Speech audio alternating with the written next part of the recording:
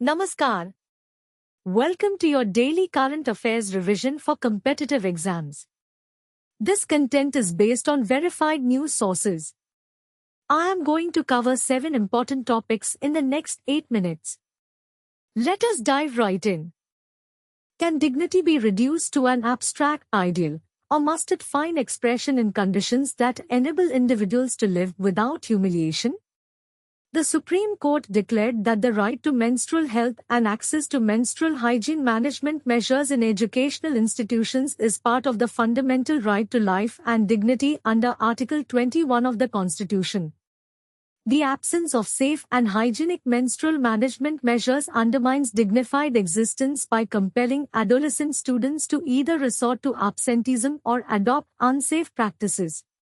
The judgment was based on a writ petition filed by Dr. Jaya Thakur highlighting the lack of MHM measures in schools across the country, leading to absenteeism and, even worse, dropping out of school. This topic is relevant for GS2, under the syllabus topic of Social Issues and Right to Education. It highlights the importance of menstrual health and hygiene in schools, which is a critical aspect of ensuring the right to dignity and education for all. Key takeaways: the right to menstrual health is a fundamental right under Article 21. Lack of MHM measures in schools violates the right to privacy and bodily autonomy. The Supreme Court has directed the state to ensure MHM measures in schools. Are you aware of the dark side of India's digital transformation? The Economic Survey has flagged a digital addiction crisis in India, warning of mental health consequences including higher incidence of anxiety, depression, low self-esteem, and cyberbullying stress due to digital media addiction. The survey recommended that social media platforms should be made responsible for age verification. The survey examined global responses to this burgeoning mental health issue, including the recent Australian ban on social media accounts for children under 16. This topic is relevant for GS3, under the syllabus topic of Social Media and its Impact. It highlights the importance of addressing digital addiction and its consequences on mental health, which is a critical aspect of ensuring the well-being of individuals. Key takeaways: digital addiction is a growing concern in India. The Economic Survey has recommended age verification for social media platforms.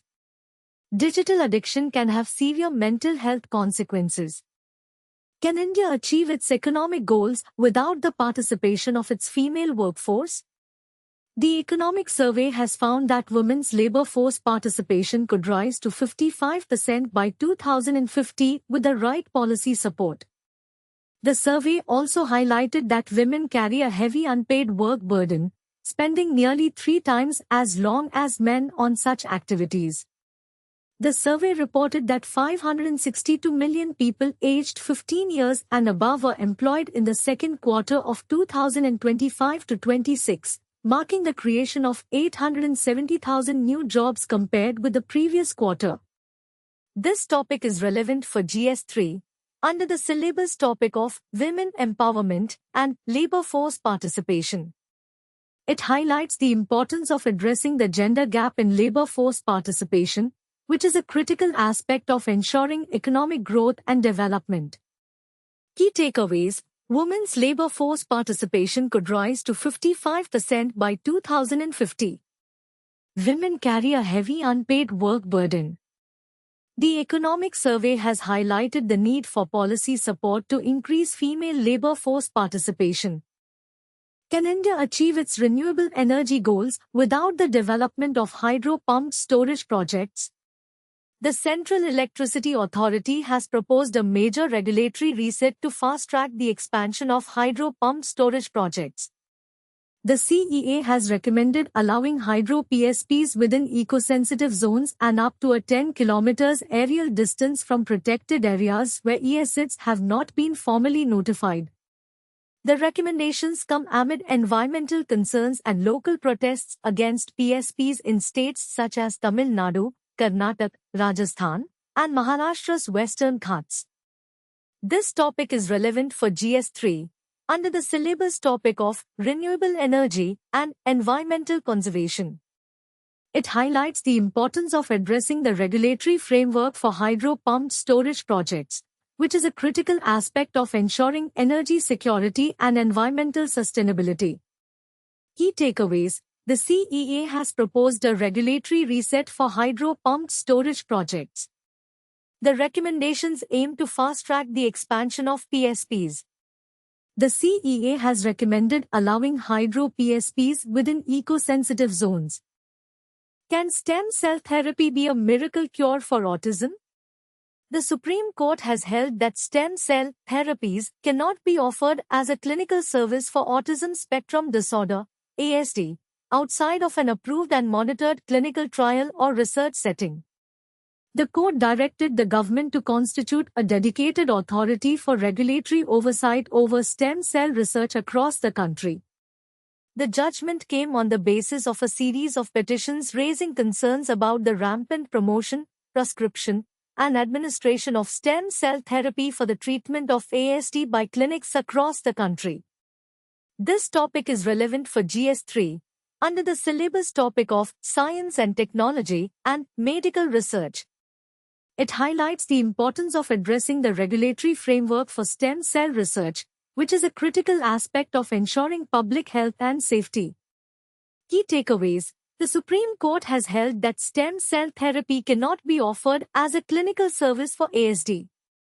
The court has directed the government to constitute a dedicated authority for regulatory oversight over stem cell research.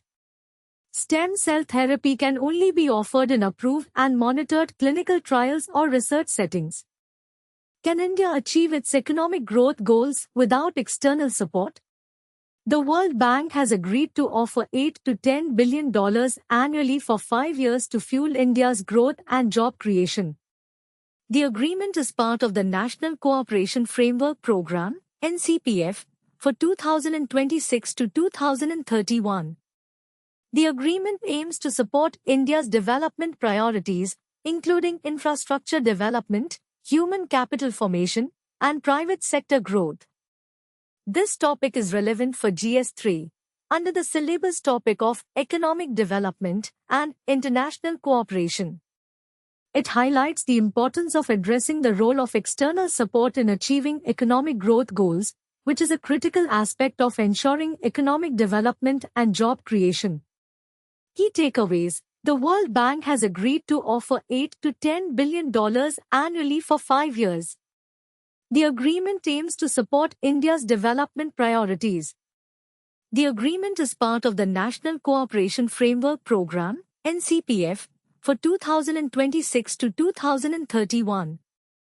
Can India achieve its climate goals without the development of green steel? India stands at a defining moment, with the opportunity to position itself as a leader in the global effort to reduce carbon emissions. The steel sector is critical to India's growth, driving infrastructure and industrial development, but it also accounts for around 12% of the country's carbon emissions. The Union Environment Minister has committed to submitting a revised, more ambitious Nationally Determined Contribution, NDC, to the United Nations Framework Convention on Climate Change. This topic is relevant for GS3, under the syllabus topic of Environmental Conservation and Climate Change. It highlights the importance of addressing the role of green steel in achieving climate goals, which is a critical aspect of ensuring sustainable development and reducing carbon emissions. Key takeaways: India has the opportunity to position itself as a leader in the global effort to reduce carbon emissions. The steel sector is critical to India's growth, but also accounts for around 12% of the country's carbon emissions. Green steel can shape India's climate goals trajectory. That's all for today's current affairs. If you found this helpful, like and subscribe for daily updates. All the best for your preparation.